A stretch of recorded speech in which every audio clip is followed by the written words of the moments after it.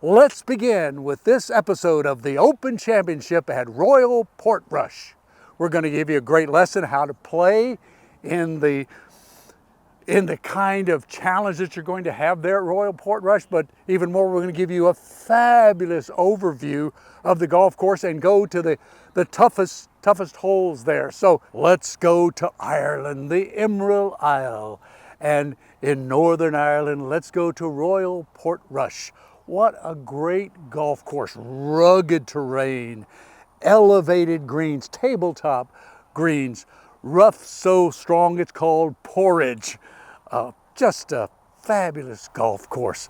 So let's take a look at Royal Portrush and just see what's there for us.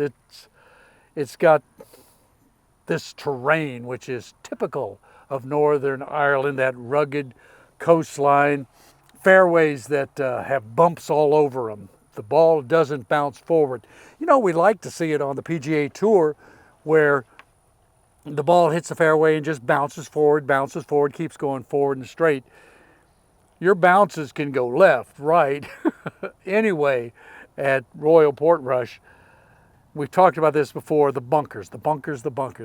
They're just deep, and that's difficult, especially if you have a long carry, because it's hard to hit the ball hard enough and far enough, high enough and far enough.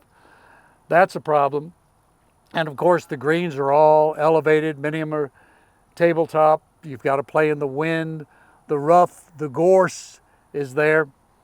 But overall, it is a magnificent course. Look at the beauty of Royal Portrush. Isn't that breathtaking? Let's take a look at the crucial holes. 5 important holes. We'll start with number 4. You better get past the front of the green. All the trouble is in the front. And the ball can roll off the green, or you can putt the ball off the green.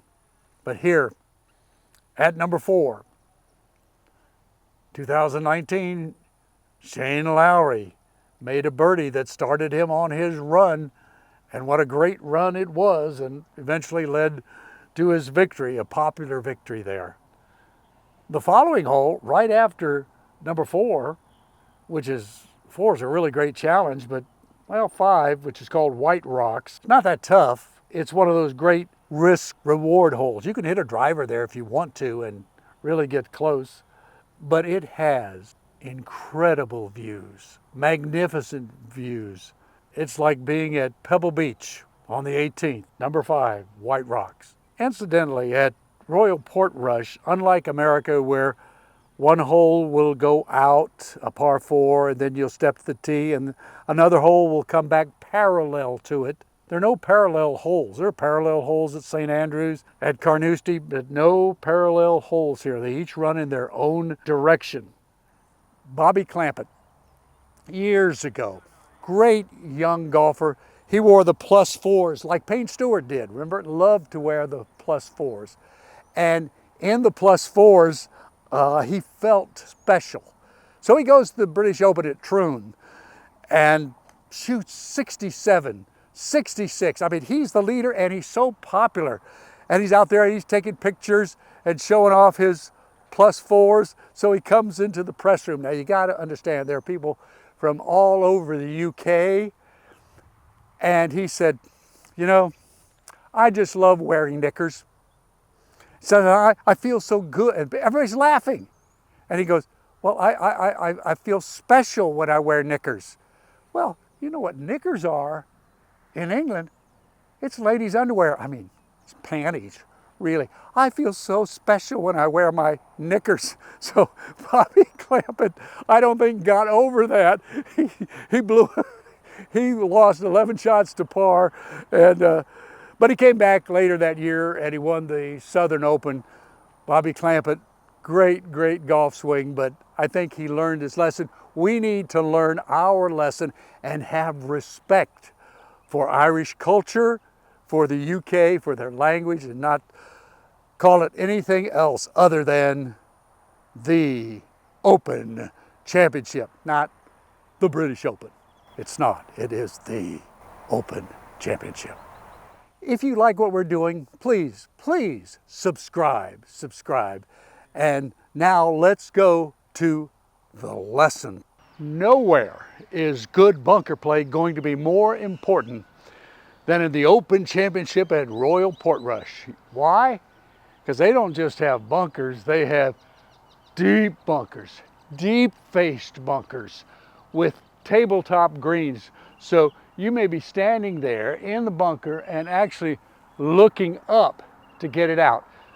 What in the world do you do? How do you play that? There are two bunker shots. For the longer bunker shot, you don't have the club face wide open like this. You have it square and hit it as thin as you can with just taking a tiny bit of sand, and the ball comes out and goes a goodly distance.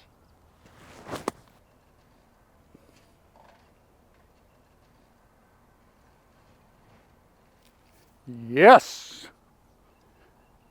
Boom! Normally you have the club face slightly open and hit it like this, but for the real short bunker shots, you got to hit straight up in the air. You open it like this, take a big swing, take a lot of sand, and just almost use your muscle to throw that sand straight up in the air and let the ball float out and drop by the pins. This is an American deep bunker. In other words, it's about chest high. So that's pretty deep for most of us. So we're going to hit a high flop shot to this pin.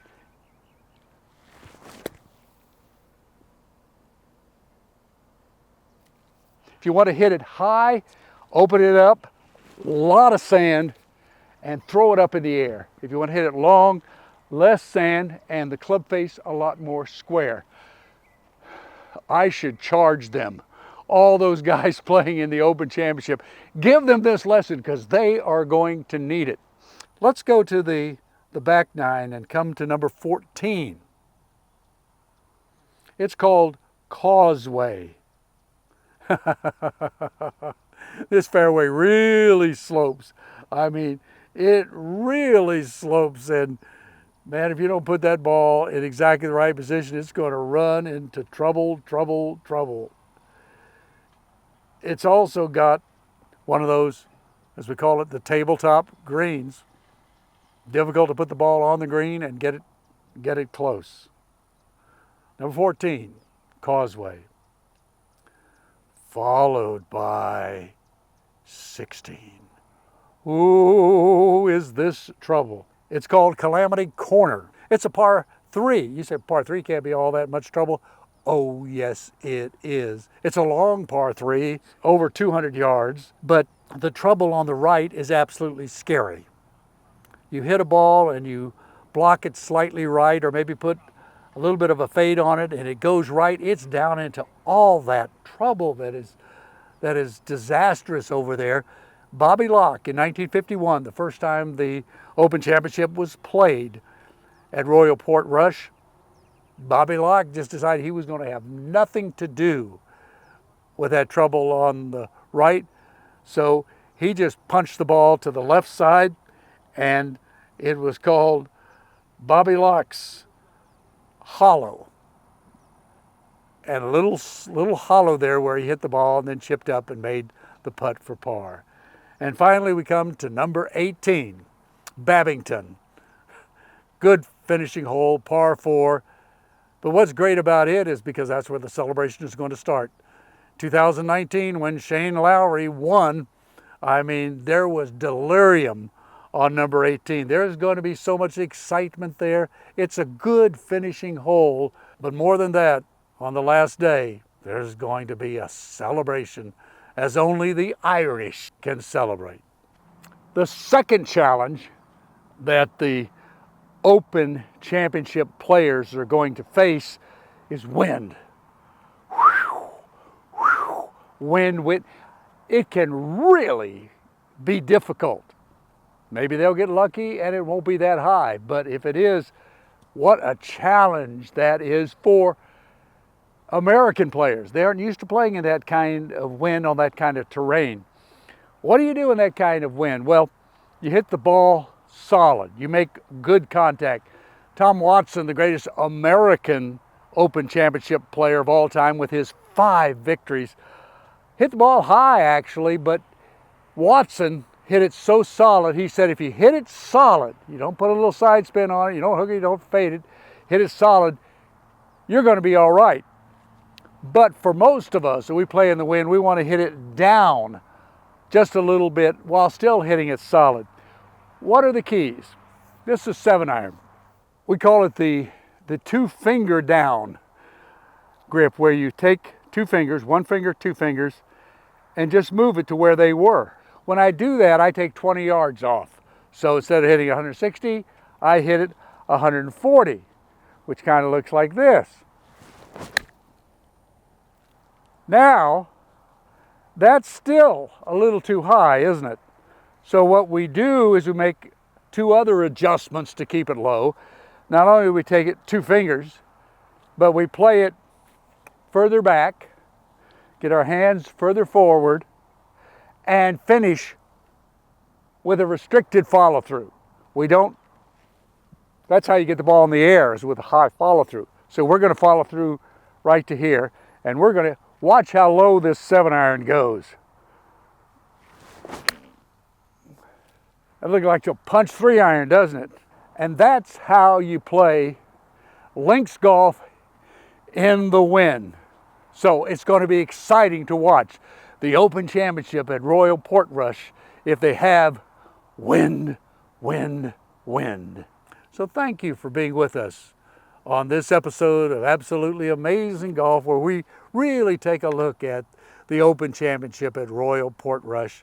We thank you for joining us. We ask you again, subscribe and leave some comments. If you'd like to see something slightly different, let me know. We're here to make you happy and to make your golf and your life, well, your golf anyway, absolutely amazing. Your life, that's up to you.